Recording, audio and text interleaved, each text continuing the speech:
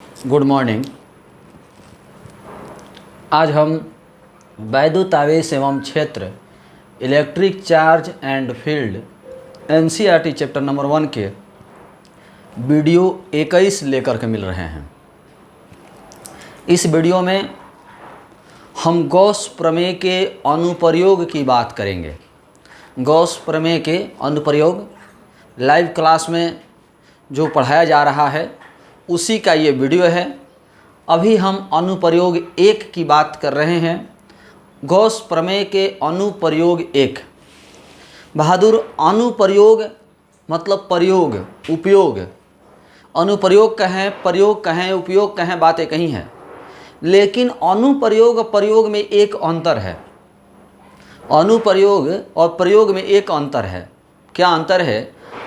जो वस्तु जिस चीज़ के लिए बनी हो, यदि उसका इस्तेमाल उसी रूप में होता है तो हम उसको अनुप्रयोग कहते हैं, और जो वस्तु जिस चीज़ के लिए बनी हो उसका इस्तेमाल उस रूप में नहीं हो, अलग किसी रूप में हो, तो उसको प्रयोग कहते हैं, अनुप्रयोग नहीं कहेंगे। जैसे कुर्सी पर कोई बैठे बैठे सो रहा हो तो इसको कहेंगे कि वो कुर्सी का प्रयोग कर रहे हैं, लेकिन कुर्सी पर यदि कोई बैठ रहा हो तो हम कहेंगे कि अनुप्रयोग हो रहा है। कलम से यदि कोई लिख रहा है तो अनुप्रयोग है, क्योंकि कलम लिखने के लिए ही बना है। लेकिन इस कलम से कोई पीठ खुजला रहा है, इस कलम से कोई झगड़ा करके किसी का आंख फोड़ रहा है, तो कहेंगे कि इस कलम का प्रयोग हो रहा है, अनुप्रयोग नहीं हो रहा। मंदिर में कोई जाता है पूजा करने के लिए तो अनुप्रयोग है, लेकिन मंदिर में यदि कोई जाकर सो जाता है, या मंदिर में जाकर कार्ड खेलता है, मंदिर में जा कर के गप्पे लड़ाता है, तो हम कहेंगे कि वो प्रयोग हो रहा है। तो गॉस प्रमेय के हम अनुप्रयोग की बात करेंगे। गॉस प्रमेय का अनुप्रयोग नंबर 1। अनुप्रयोग 1 कहता है कि किसी गोलीय आवेशित चालक के कारण किसी बिंदु पर विद्युत तीव्रता का समीकरण प्राप्त करें। किसी गोलीय आवेशित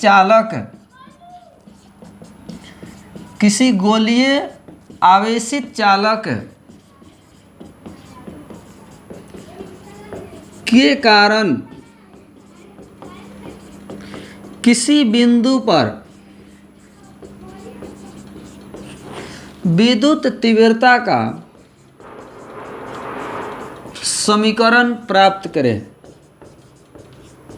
प्राप्त करें। किसी गोलीय आवेशित चालक के कारण किसी बिंदु पर विद्युत तीव्रता का समीकरण प्राप्त करें। किसी गोलीय आवेशित चालक के कारण किसी बिंदु पर विद्युत तीव्रता का समीकरण प्राप्त करें। किसी गोलीय आवेशित चालक के कारण किसी बिंदु पर विद्युत तीव्रता का समीकरण प्राप्त करें। हम इसी समीकरण की बात करने जा रहे हैं।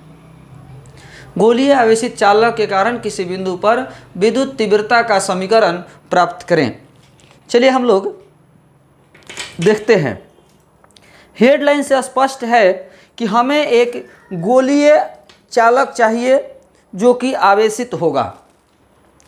हमें एक गोलीय चालक चाहिए जो कि आवेशित होगा।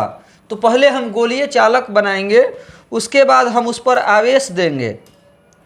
सबसे पहले हम गोलीय चालक बनाएंगे और हम उस पर आवेश देंगे। तो ये हमने एक गोलीय चालक बनाया, जिसका केंद्र O और त्रिज्या R है।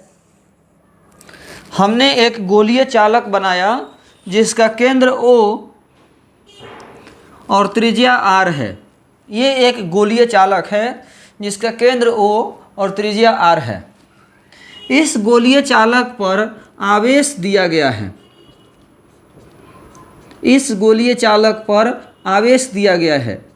तो आवेश दिया गया है तो आवेशित गोलीय चालक हो गया। इस पर आवेश दिया गया है Q। ये एक गोलीय चालक है जो कि आवेशित है। और इसी गोलीय चालक के कारण हमें किसी बिंदु पर विद्युत तीव्रता निकालना है। तो हम वो बिंदु ढूंढ लिए। हमने वो बिंदु ढूंढा, वो बिंदु यहाँ है। वो बिंदु यहाँ है P। जहाँ पर हमें विद्युत तीव्रता का मान निकालना है, वो बिंदु P है जहाँ पर हमें विद्युत तीव्रता का मान निकालना है। ये जो बिंदु P है वो केंद्र से r दूरी पर है। ये जो बिंदु P है वो केंद्र से r दूरी पर है बाहर में। बिंदु 3 केस में होगा। पहला केस है जब दिया गया बिंदु गोलीय चालक के बाहर हो। जब दिया गया बिंदु गोलीय चालक के बाहर हो, जब दिया गया बिंदु गोलीय चालक के बाहर हो तो विद्युत तीव्रता निकालिए बिंदु P पर। ये एक आवेशित गोलीय चालक है, जैसा कि आप देख रहे हो। गोलीय चालक है तो केंद्र O, त्रिज्या R है, इस पर आवेश दिया गया है +Q। तो हमें बिंदु P पर विद्युत तीव्रता निकालना है जो गोलीय चालक के बाहर है। तो हम बिंदु P से गुजरता हुआ एक सकेंद्रीय गोला की कल्पना किया। बिंदु P से गुजरता हुआ एक सकेंद्रीय गोला की कल्पना किया। ध्यान दीजिएगा आप, हमने बिंदु P से गुजरता हुआ एक गोला की कल्पना किया है तो इसको हम डॉट लाइन से दिखाएंगे। बिंदु P से गुजरता हुआ हमने एक सकेंद्रीय का मतलब हुआ दोनों गोला का केंद्र एक ही है। इस गोला का भी केंद्र O है और अंदर वाले गोला का भी केंद्र O है। सकेंद्रीय गोला की कल्पना किया। चलिए एक बार फिर से समझते हैं अभी तक हमने क्या क्या आपको बताया है। चित्र में एक हमने गोलीय चालक दर्शाया जिसका केंद्र O और त्रिज्या R है। गोलीय चालक पर +Q आवेश दिया गया है। गोलीय चालक के बाहर केंद्र से R दूरी पर कोई बिंदु P है जहां पर हमें विद्युत तीव्रता निकालना है। गोलीय चालक के बाहर केंद्र से R दूरी पर कोई बिंदु P है जहां पर हमें विद्युत तीव्रता का मान निकालना है। हमने क्या किया, बिंदु P से गुजरता हुआ एक सकेंद्रीय गोला की कल्पना किया। सकेंद्रीय का मतलब हुआ दोनों गोला का केंद्र एक ही हो। सकेंद्रीय गोला की कल्पना किया। बिंदु P से गुजरता हुआ एक सकेंद्रीय गोला की कल्पना किया, जैसा कि आप देख रहे हो। अब हम आपको गॉस प्रमेय के अनुप्रयोग में कुछ बातें बताने वाले हैं जो सभी अनुप्रयोग में लागू होगा। गॉस प्रमेय के 4 अनुप्रयोग हम लोगों को पढ़ने हैं। गॉस प्रमेय के 4 अनुप्रयोग हम लोगों को पढ़ना है। चारों अनुप्रयोग में एक बात कॉमन है, 2 बात कॉमन है। पहला, गॉस प्रमेय में 4 अनुप्रयोग पढ़ने हैं। चारों अनुप्रयोग में 2 बात कॉमन है। पहला बात क्या कॉमन है, विद्युतीय फ्लक्स के आप कितने सूत्र पढ़े हो। अभी तक हमने आपको विद्युतीय फ्लक्स के कितने सूत्र पढ़ाया, तो 2 सूत्र पढ़ाया। अभी तक हमने आपको विद्युतीय फ्लक्स के कितना सूत्र पढ़ाया, तो 2 सूत्र पढ़ाया। एक फाई बराबर E × dA cos थीटा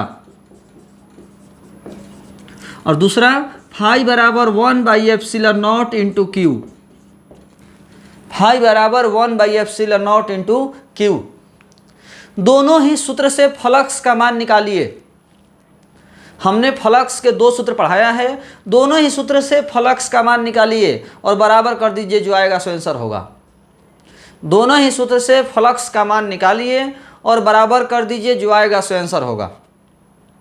दोनों ही सूत्र से फ्लक्स का मान निकालिए और बराबर कर दीजिए, जो आएगा सो आंसर होगा। चारों अनुप्रयोग में ये बात कॉमन है। चारों अनुप्रयोग में ऐसा ही करेंगे। एक बार इस सूत्र से फाई निकालेंगे और एक बार इस सूत्र से फाई का मान निकालेंगे और बराबर कर देंगे, जो आएगा सो आंसर होगा। दूसरा एक बात नया वर्ड पढ़ा रहे हैं, प्रत्येक आवेशित चालक एक समविभव तल होता है। इसको आप लिख लीजिए, इक्विपोटेंशियल सरफेस। प्रत्येक आवेशित चालक एक समविभव तल होता है। प्रत्येक आवेशित चालक एक समविभव तल होता है तथा विद्युत तीव्रता समविभव तल के लंबवत होती है। प्रत्येक आवेशित चालक एक समविभव तल होता है तथा विद्युत तीव्रता समविभव तल के लंबवत होती है। इस लाइन को आप लोग कॉपी पर लिख लीजिए, क्योंकि सब में ये बात लागू होगा। चारों अनुप्रयोग में हम ये बात बोलेंगे बार बार। प्रत्येक आवेशित चालक एक समविभव तल होता है तथा विद्युत तीव्रता समविभव तल के लंबवत होती है। प्रत्येक आवेशित चालक एक समविभव तल होता है तथा विद्युत तीव्रता समविभव तल के लंबवत होती है। प्रत्येक आवेशित चालक एक समविभव तल होता है तथा विद्युत तीव्रता समविभव तल के लंबवत होती है। तो हम अब जो है थ्योरी पर आगे बढ़ रहे हैं, ध्यान दीजिएगा। तो चलिए हम लोग आगे देखते हैं। बाहरी गोला से गुजरने वाला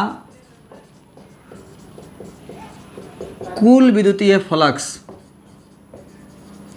बाहरी गोला से गुजरने वाला कुल विद्युतीय फ्लक्स बराबर फाई। बाहरी गोला से गुजरने वाला कुल विद्युतीय फ्लक्स बराबर फाई।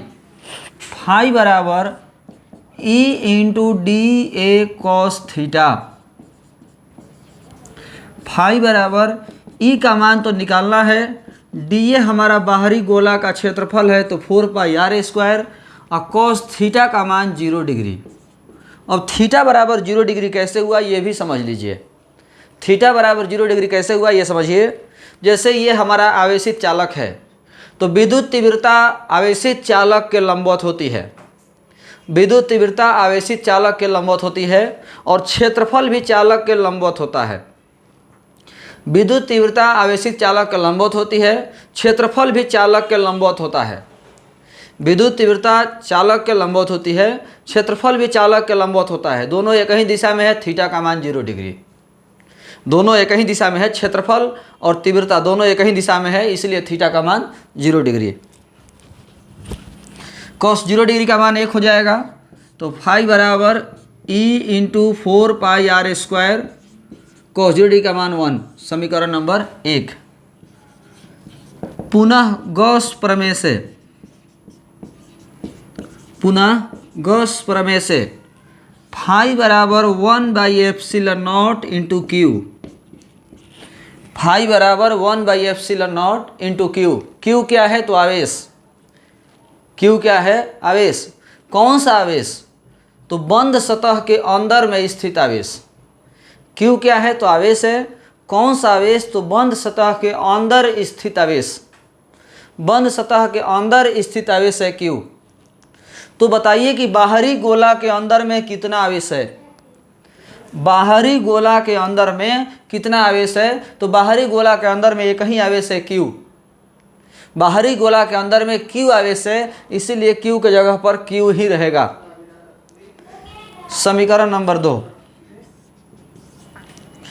समीकरण 1 एवं 2 से लेफ्ट लेफ्ट बराबर राइट राइट बराबर, तो E into 4 pi R square बराबर 1 by epsilon naught into Q. E into 4 pi R square बराबर 1 by epsilon naught into Q. 4 pi R square को बटा मिला दीजिए, तो E बराबर 1 by 4 pi epsilon naught into Q by R square. 1 by 4 pi epsilon naught into Q by R square. यही हमारा खोखले गोलीय चालक के बाहर किसी बिंदु पर विद्युत तीव्रता का समीकरण हुआ। खोखले गोलीय चालक के बाहर किसी बिंदु पर विद्युत तीव्रता का समीकरण हुआ। खोखले गोलीय चालक के बाहर किसी बिंदु पर विद्युत तीव्रता का समीकरण है। एक बार फाई का मान इस सूत्र से निकाल लिए, एक बार फाई का मान इस सूत्र से निकाल लिए और दोनों को बराबर कर दिए। एक बार फाई का मान इस सूत्र से निकाले, दूसरी बार इस सूत्र से निकाले, दोनों को बराबर कर दिए। अब हम ये तो रहा जब दिया गया बिंदु गोलीय चालक के बाहर हो, जब दिया गया बिंदु गोलीय चालक के बाहर हो। अब हम बताने वाले हैं कि जब दिया गया बिंदु गोलीय चालक के अंदर हो, जब दिया गया बिंदु गोलीय चालक के अंदर हो, जब दिया गया बिंदु गोलीय चालक के अंदर हो, सेकंड केस, जब दिया गया बिंदु गोलीय चालक के अंदर हो, तो इस बार भीतरी गोला से गुजरने वाला कुल फ्लक्स करेंगे हम। तो पहले फिगर बना लेते हैं। जो कह रहा है कि जब दिया गया बिंदु गोलीय चालक के अंदर हो, जब दिया गया बिंदु गोलीय चालक के अंदर हो तो इस बार बिंदु P को हम अंदर मानेंगे, इस बार बिंदु P को हम अंदर में मानेंगे। चलिए ध्यान देते हैं, बिंदु P अंदर में स्थित है, बिंदु P अंदर में स्थित है। मान लीजिए यहाँ पर बिंदु P अंदर में स्थित है, यहाँ पर बिंदु P अंदर में स्थित है, यहाँ पर r दूरी पर है और बिंदु P पर हमें विद्युत तीव्रता का मान निकालना है।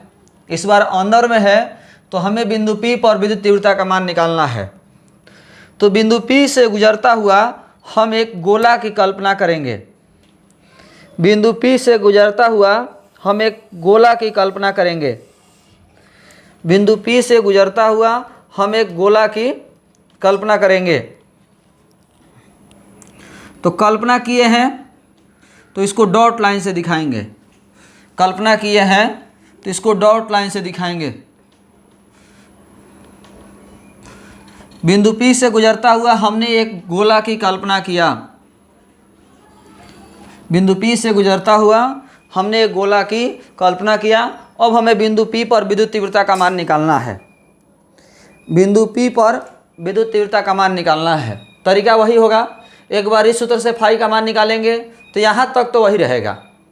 गॉस प्रमेय से, गॉस प्रमेय से Q क्या है तो आवेश, Q क्या है आवेश, कौन सा आवेश, Q क्या है आवेश, कौन सा आवेश, तो बंद सतह के अंदर स्थित आवेश, बंद सतह के अंदर स्थित आवेश। तो बताइए कि भीतरी गोला के अंदर में कितना आवेश है, भीतरी गोला के अंदर में कितना आवेश है, भीतरी गोला के अंदर में कितना आवेश है। तो भीतरी गोला के अंदर में तो कोई आवेश नहीं है, भीतरी गोला के बाहर में आवेश है। तो भीतरी गोला के अंदर में कोई आवेश नहीं है, भीतरी गोला के अंदर में कोई आवेश नहीं है, इसलिए कुल आवेश 0। बताए थे, याद होगा कि यदि दिया गया कुल आवेश बंद सतह के बाहर हो तो निकलने वाला कुल फ्लक्स 0 होता है। याद होगा नोट में हम लिखवाए थे पिछला वीडियो में ही, पिछला वीडियो में हमने आपको बताया था, याद होगा आपको, कि यदि दिया गया कुल आवेश बंद सतह के बाहर हो तो गुजरने वाला कुल फ्लक्स 0 होता है। तो फाई का मान 0 आ गया। समीकरण 1 एवं 2 से, समीकरण 1 एवं 2 से फाई बराबर E इंटू 4πr² बराबर 0। तो E बराबर 0, 4πr² बटा में आ गया तो तीव्रता का मान 0 हुआ। बहादुर E का मान 0 आया, कहाँ पर, बिंदु P पर। बिंदु P कहाँ है, गोला के अंदर में है, यानी गोला के अंदर में विद्युत तीव्रता कितना आया, 0, यानी खोखले गोलीय चालक के अंदर तीव्रता का मान 0 होता है। खोखले गोलीय चालक के अंदर तीव्रता का मान 0 होता है, खोखले गोलीय चालक के अंदर तीव्रता का मान 0 होता है। ये एक बहुत ही पॉइजन ऑब्जेक्टिव है, एग्जाम में कम से कम 8 से 10 बार पूछा गया है। खोखले गोलीय चालक के अंदर तीव्रता का मान कितना होता है तो 0 होता है। ऐसा नहीं है कि ये पॉइंट आपको पहली बार बता रहे हैं, इसके पहले भी एक बार बता चुके हैं। याद कीजिए, जब विद्युत बल रेखा के गुण पढ़ा रहे थे, जब विद्युत बल रेखा के गुण पढ़ा रहे थे तो वहाँ हमने बताया था कि खोखले चालक के अंदर तीव्रता का मान 0 होता है। खोखले चालक के अंदर बल रेखाएं प्रवेश नहीं करती हैं, अतः खोखले चालक के अंदर तीव्रता 0 होता है, याद होगा। तो वही बात है, खोखले गोलीय चालक के अंदर तीव्रता का मान 0 होता है। 2 केस पढ़ा दिए, एक जब दिया गया आवेश बंद सतह के दिया गया बिंदु बंद सतह के बाहर हो तो तीव्रता का मान कितना होगा, जब दिया गया बिंदु बंद सतह के अंदर हो तब कितना होगा तो 0 होगा। अब हम तीसरा पॉइंट पढ़ाने वाले हैं, जब दिया गया बिंदु बंद सतह के सतह पर हो, जब दिया गया बिंदु गोलीय चालक के सतह पर हो। तीसरा केस, जब दिया गया बिंदु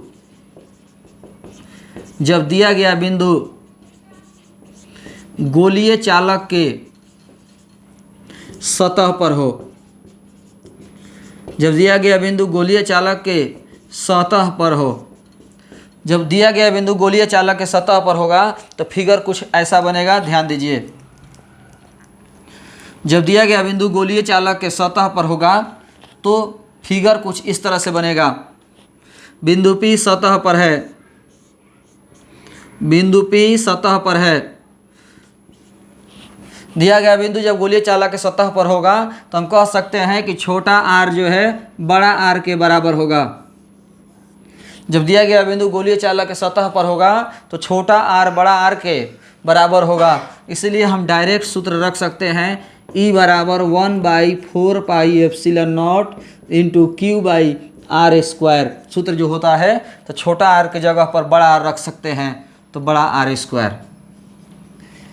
एक स्टूडेंट का सवाल था कि सर ये तो सतह पर है, ना तो बाहर है ना तो भीतर है, सतह पर है तब कैसे आवेश ले लिए? तो याद होगा बहादुर, गेंद बाउंड्री पर गिरे चाहे बाउंड्री के बाहर गिरे 6 रन होता है, बात एक ही है। यानी सतह पर हो चाहे सतह के अंदर में हो, बात एक ही है, आवेश उसको गिनती किया जाएगा क्योंकि वो चालक के अंदर में है, चालक के सतह पर है, यानी चालक के पहुंच में है, इसीलिए उसकी गणना की जाएगी। कुल मिलाकर के अभी तक हम आपको क्या क्या बताए कि खोखले आवेशित गोलीय चालक के कारण किसी बिंदु पर विद्युत तीव्रता का समीकरण प्राप्त करें। खोखले आवेशित गोलीय चालक के कारण किसी बिंदु पर विद्युत तीव्रता का समीकरण ज्ञात करें, समीकरण प्राप्त करें। इसमें 3 केस है, जब दिया गया बिंदु गोलीय चालक के बाहर हो, जब दिया गया बिंदु गोलीय चालक के अंदर हो, और जब दिया गया बिंदु गोलीय चालक के सतह पर हो। बहादुर, इसमें हमने पॉइंट पढ़ाया कि प्रत्येक आवेशित चालक एक समविभव तल होता है, विद्युत तीव्रता समविभव तल के लंबवत होती है। तो विद्युत तीव्रता समविभव तल के लंबवत है, क्षेत्रफल भी तल के लंबवत है, दोनों एक ही दिशा में है, इसलिए थीटा का मान 0 डिग्री। अनुप्रयोग 4 को पढ़ना है। 4 अनुप्रयोग में एक बात कॉमन है, जैसा कि हमने बताया फ्लक्स के 2 सूत्र पढ़ाए हैं, दोनों ही सूत्र से फ्लक्स का मान निकालिए और बराबर कर दीजिए। एक बार इस सूत्र से फ्लक्स का मान निकालिए, एक बार इस सूत्र से फ्लक्स का मान निकालिए, दोनों को बराबर कर दीजिए, जो आएगा सो आंसर होगा। सब में एक ही बात कॉमन है। इस तरह से हमारा अनुप्रयोग 1 समाप्त हुआ, हमारा अनुप्रयोग 1 कंप्लीट हुआ। इसमें यदि कोई भी कन्फ्यूजन हो, कोई भी सवाल हो, तो आप हमसे कॉल करके या व्हाट्सएप पर या टेलीग्राम पर सवाल पूछ सकते हैं कि हाँ सर हमको यहाँ समझ में नहीं आया, हमको यहाँ प्रॉब्लम है। कोई भी सवाल हो बेझिझक आप पूछ सकते हैं। ऐसे हम लाइव क्लास में भी इस टॉपिक को पढ़ा चुके हैं। चलिए ध्यान देते हैं। अभी गॉस प्रमेय के अनुप्रयोग 2 की बात करेंगे। अभी बात कर रहे थे गॉस प्रमेय के अनुप्रयोग 1 के बारे में, और अब हम बात करेंगे गॉस प्रमेय के अनुप्रयोग 2 के बारे में। अनुप्रयोग 2 क्या है, अनुप्रयोग 2 क्या चीज़ है, हम लोग अनुप्रयोग 2 के बारे में बात करेंगे। अनुप्रयोग 2 कहता है कि किसी अनंत लंबे, अनुप्रयोग 2 कहता है किसी अनंत लंबे आवेशित रैखिक चालक तार, किसी अनंत लंबे आवेशित रैखिक चालक तार के कारण किसी बिंदु पर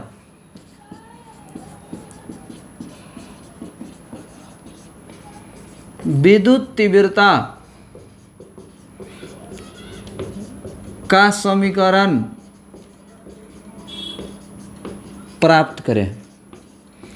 किसी अनंत लंबे आवेशित रैखिक चालक तार के कारण किसी बिंदु पर विद्युत तीव्रता का समीकरण प्राप्त करें।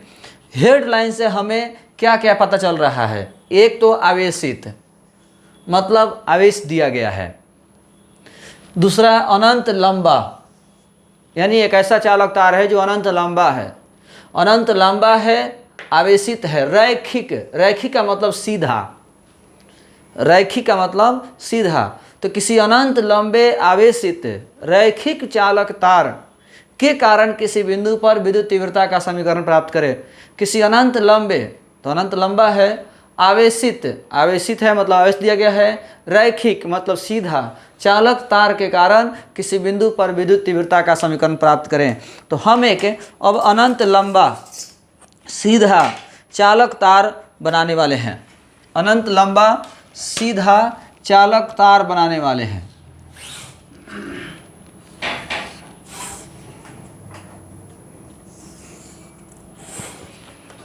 अनंत लंबा सीधा चालक तार बनाने वाले हैं।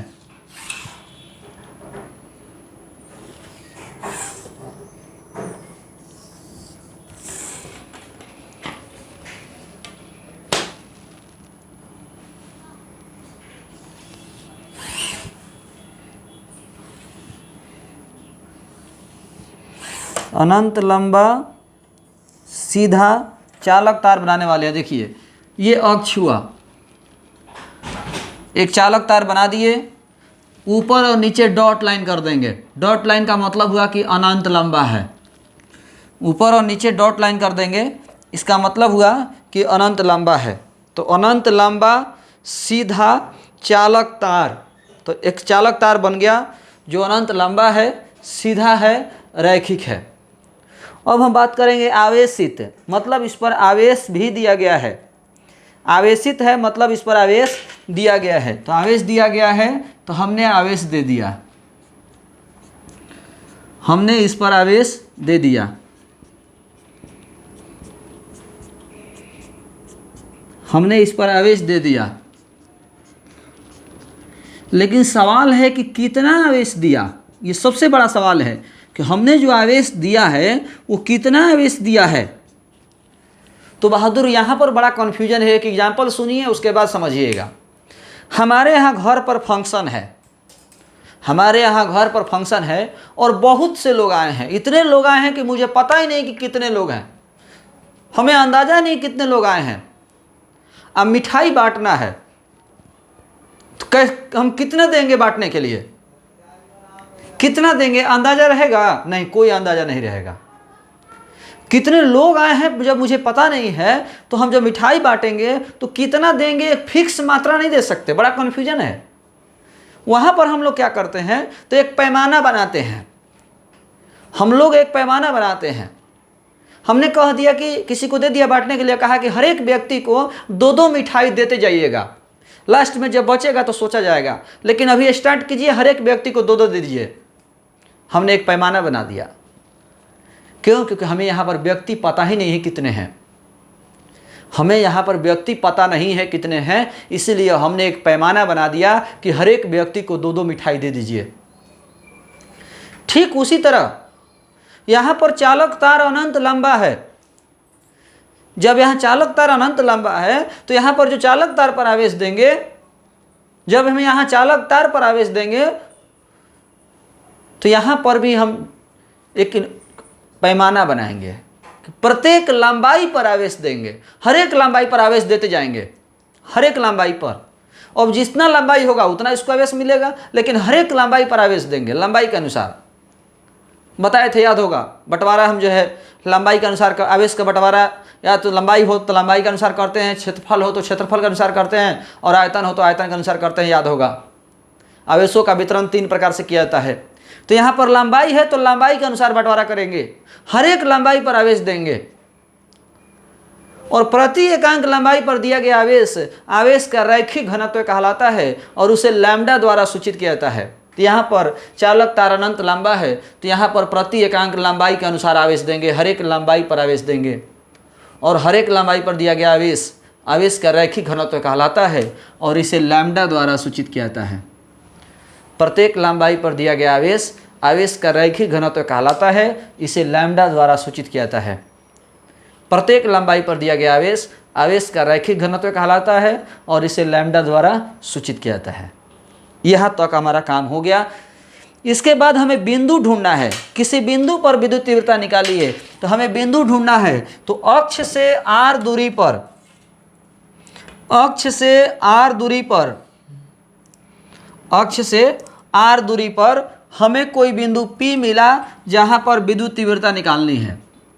अक्ष से r दूरी पर कोई बिंदु P है जहां पर हमें विद्युत तीव्रता निकालनी है। अक्ष से r दूरी पर कोई बिंदु P है जहां पर हमें विद्युत तीव्रता निकालनी है। अक्ष से r दूरी पर कोई बिंदु P है जहां पर हमें विद्युत तीव्रता निकालनी है। हमने क्या किया, तो बिंदु P से गुजरता हुआ एक समाक्षीय बेलन की कल्पना किया। बिंदु P से गुजरता हुआ एक समाक्षीय बेलन की कल्पना किया। बिंदु P से गुजरता हुआ हमने एक समाक्षीय बेलन की कल्पना किया।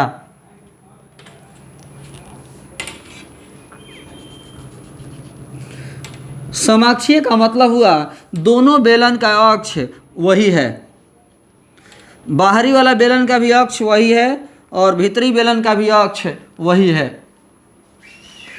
तो हमने एक बिंदु P से गुजरता हुआ समाक्षीय बेलन की कल्पना किया और बाहरी बेलन का लंबाई, सबसे खास बात एक है, बाहरी बेलन की लंबाई सबसे खास बात एक है। अब कोई स्टूडेंट कह सकते हैं कि सर बाहरी बेलन की लंबाई एक ही क्यों माने, बाहरी बेलन की लंबाई एक ही क्यों माने। तो बहादुर रटने की कोई ज़रूरत नहीं है। आपको एक के जगह पर 2 मानना है 2 मानिए, 5 मानना है 5 मानिए, 10 मानना है 10 मानिए, कोई फ़र्क नहीं पड़ता। मान लीजिए कोई पूछेगा कि पटना के पैसेंजर गाड़ी का किराया कितना है, तो आप कहिएगा 21 रुपया। को तो 21 रुपया कहिए से रोज़ तो 7 रुपया रहे, तो ना हम 3 आदमी के बताइनी हम, ये आपकी मर्जी तो बताने का तरीका, लेकिन एक ही बताया जाता है। चीनी कैसे किलो, मतलब चीनी कैसे, तो कोई कहेगा कि कोई भी कहेगा कि 160 रुपये, तो 160 रुपये कहिए, काले तो 40 करे है, तो ना हम 4 किलो के बताई नहीं हाँ। ये तो बात पर डिपेंड करता है ना, बताया जाता है एक के अनुसार। तो हम एक लंबाई लिए हैं, आपको मन है 2, 3, 4 लंबाई ले सकते हैं, उससे कोई दिक्कत नहीं है। तो हमने पूरा डायग्राम कर दिया। अब वही रूल जिसका हमने बात किया था, प्रत्येक आवेशित चालक एक समविभव तल होता है और विद्युत तीव्रता समविभव तल के लंबवत होती है। क्षेत्रफल व तल के लंबवत है, दोनों एक ही दिशा में हो गया, एक ही दिशा में हो गया, थीटा का मान 0 डिग्री। दूसरी बात, फ्लक्स के 2 सूत्र पढ़े हैं, दोनों ही सूत्र से फाई का मान निकालेंगे और बराबर कर देंगे, जो आएगा सो आंसर होगा। फ्लक्स के 2 सूत्र पढ़े हैं, दोनों ही सूत्र से फाई का मान निकालेंगे और बराबर कर देंगे, जो आएगा सो आंसर होगा। चलिए देखते हैं। बाहरी बेलन के लिए, बाहरी बेलन के लिए फाई बराबर E into D A cos theta,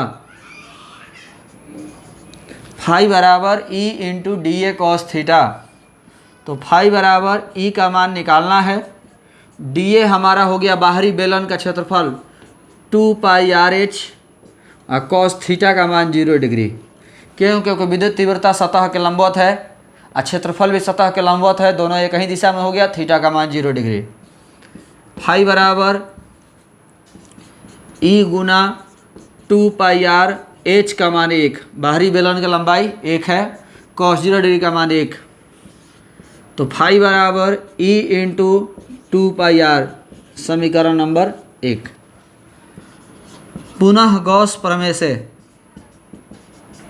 पुनः गॉस प्रमेय से फाई बराबर 1/ε0 इंटू क्यू। क्यू क्या है? आवेश। कौन सा आवेश? बंद सतह के अंदर स्थित आवेश, बंद सतह के अंदर स्थित आवेश। तो बाहरी बेलन के अंदर कितना आवेश है? बाहरी बेलन के अंदर कितना आवेश है? कुछ लोग कहते हैं 0। क्यों? क्योंकि लैम्डा बाहर है। तो ये तो गलती है, बेवकूफ़ी है। ये तो लिखने से क्या फ़र्क पड़ता है, लैम्डा कहीं भी लिख सकते हैं। लैम्डा है क्या? तो हर एक लंबाई पर दिया गया आवेश। यदि इस तार की लंबाई 10 होगा तो इसमें 10 गो लैम्डा है, 20 गो होगा तो 20 गो लैम्डा है, 50 गो होगा तो 50 लैम्डा है। एक लैम्डा थोड़ी है, जितना तार की लंबाई होगा उतना लैम्डा है, क्योंकि हर एक लंबाई पर लैम्डा आवेश दिया गया है। तो यहाँ पर बंद सतह के अंदर यानी बाहरी बेलन के अंदर कितना आवेश होगा? तो बहादुर एग्जाम्पल समझिए, किसी के यहाँ कोई फंक्शन है, किसी के यहाँ कोई फंक्शन है और उस फंक्शन में हर एक व्यक्ति को 2-2 मिठाई दिया गया है। उस फंक्शन में हर एक व्यक्ति को 2-2 मिठाई दिया गया है। मेरे घर से एक ही आदमी गया था फंक्शन में, मेरे घर से एक ही आदमी उस फंक्शन में गया था, मेरे घर से एक ही आदमी उस फंक्शन में गया था। तो अब बताइए कि मेरे घर कितना मिठाई आएगा? 2 ही आएगा ना, क्योंकि वहाँ पर हर एक व्यक्ति को 2-2 को मिठाई दिया गया है और मेरे घर से एक ही व्यक्ति गया है, इसीलिए मेरे घर 2 ही मिठाई आएगा। यहाँ पर हर एक लंबाई को एक ही लैम्डा आवेश दिया गया है, हर एक लंबाई को लैम्डा। अब बाहरी बेलन की लंबाई 1 है, तो इसको हिस्से में कितना लैम्डा मिलेगा? 1 लैम्डा मिलेगा। यदि 5 होता तो 5 लैम्डा होता, 10 होता तो 10 को लैम्डा मिलता इसको। तो बाहरी बेलन की लंबाई 1 है, इसलिए इसको 1 ही लैम्डा मिलेगा। तो 1 लैम्डा मिलेगा, तो क्यू के जगह पर हम लैम्डा रखने वाले हैं। फाई बराबर 1/ε0 इंटू लैम्डा। बाहरी बेलन की लंबाई 1 है, इसीलिए इसको एक ही लैम्डा मिला। समीकरण 1 निकल गया, 2 निकल गया, दोनों को बराबर कर देंगे, जो आएगा सो आंसर होगा। समीकरण 1 एवं 2 से E इंटू 2πr बराबर 1/ε0 इंटू लैम्डा। E बराबर 2πr को बाटा में ला दीजिए, तो 1/2πε0 इंटू लैम्डा/r। आप यहाँ पर भी छोड़ सकते हो, और नहीं तो ऊपर और नीचे 2 से गुना करा दीजिए। तो 2 से गुना करा देंगे तो 1/4πε0 इंटू 2 लैम्डा/r। एक स्टूडेंट का सवाल था कि सर 2 ही से गुना क्यों कराए? तो बहादुर इसलिए 2 से गुना कराए क्योंकि 1/4πε0 का मान हमें डायरेक्ट पता है, 9 गुना 10 की पावर 9।